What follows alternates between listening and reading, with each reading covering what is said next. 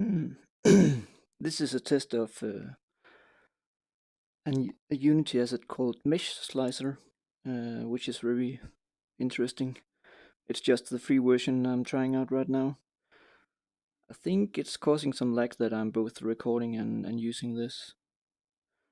But I took the example script for Mesh Slicer, and I simply took the knife they use in the script and disabled a couple of scripts.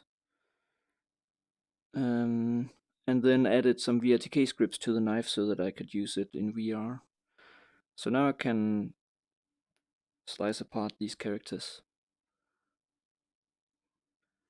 And the script should be something you could attach to any character, and it also works for regular meshes. Um, but the interesting part, I think, is that it works for character meshes.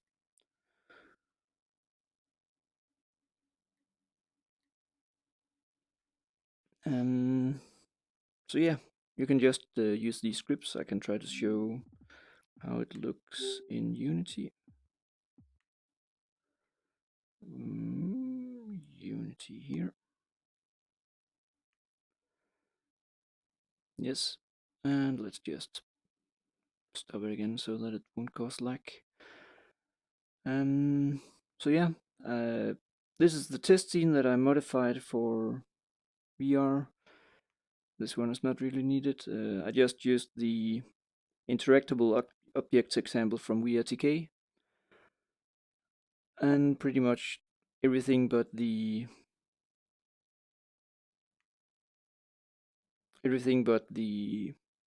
scene objects I copied to this.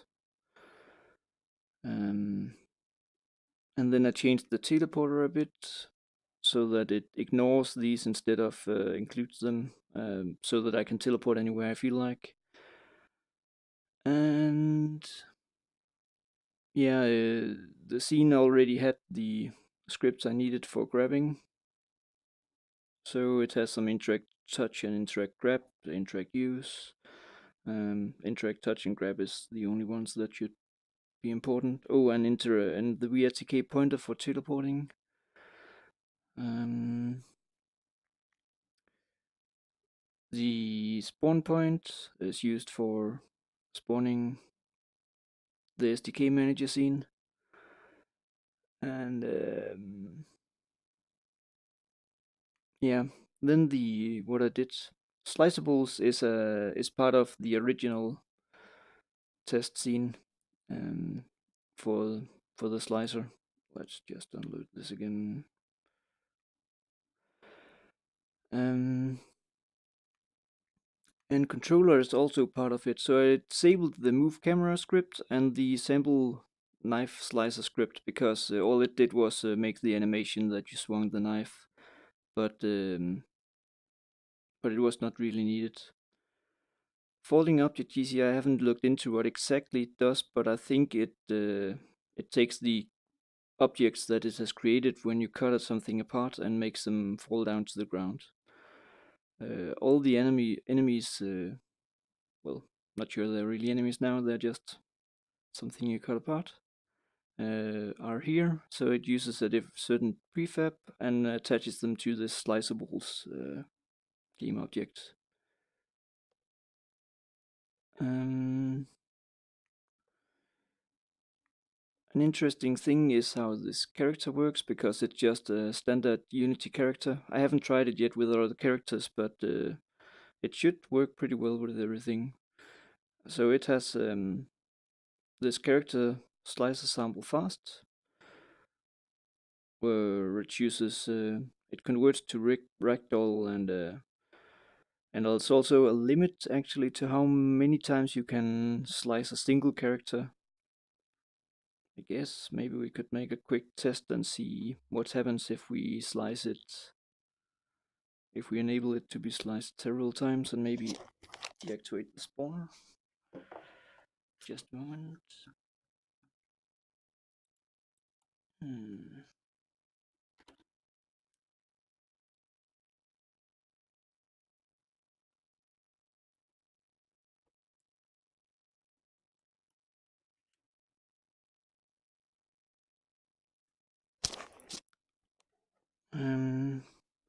There, so I added this character to the scene, and if we just take the controller and deactivate the enemy manager, I don't think they're required to be there. And now I changed it so that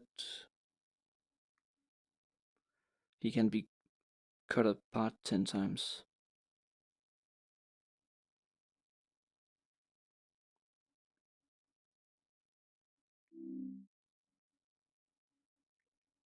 Is it trying to play?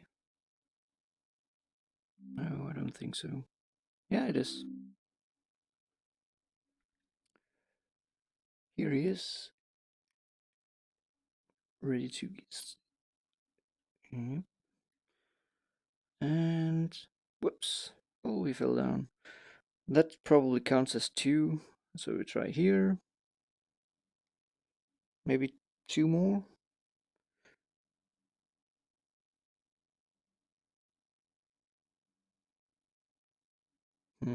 This already seems to be more than 10.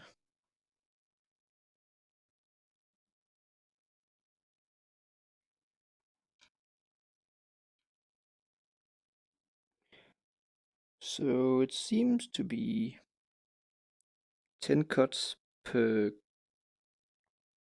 cut. Or, well, 10 different objects that it cuts into.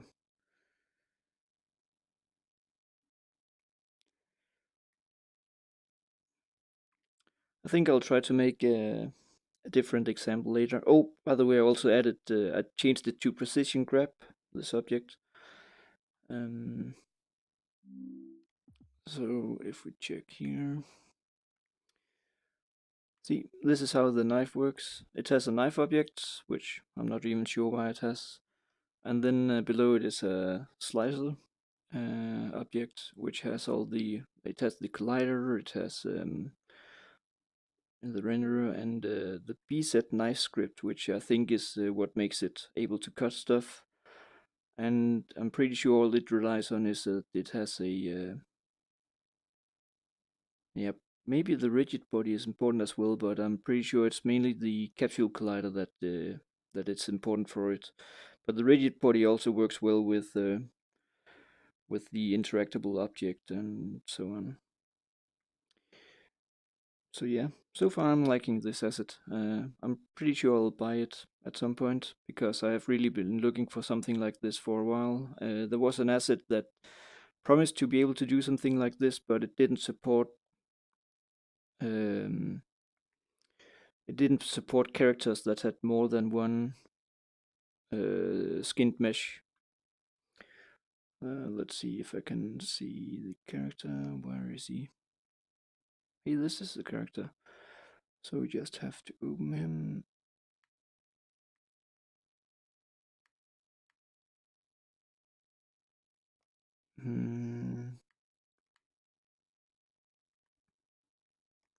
There.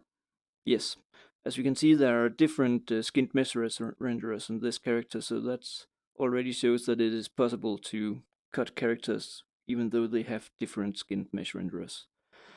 And that was the limit of this other asset I have tried that was used for both adding ragdoll physics and so on. And this already even also seems to convert to ragdoll, but that's probably based on these blocks that they added.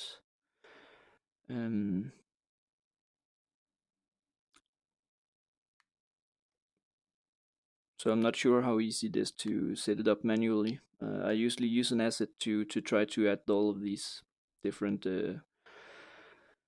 ragdoll colliders. And it should also mean that if we go to the character, it means that there are character joints and rigid bodies and colliders on every part of the body, which I'm pretty sure should only be activated once it's a ragdoll.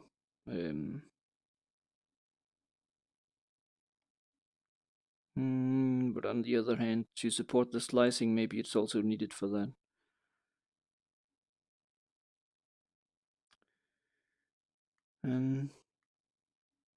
But yes, I'm looking forward to trying this on different characters and see how easy it is to set up.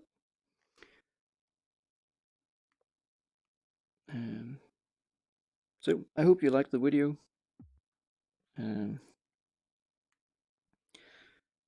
I'll see you again some other time.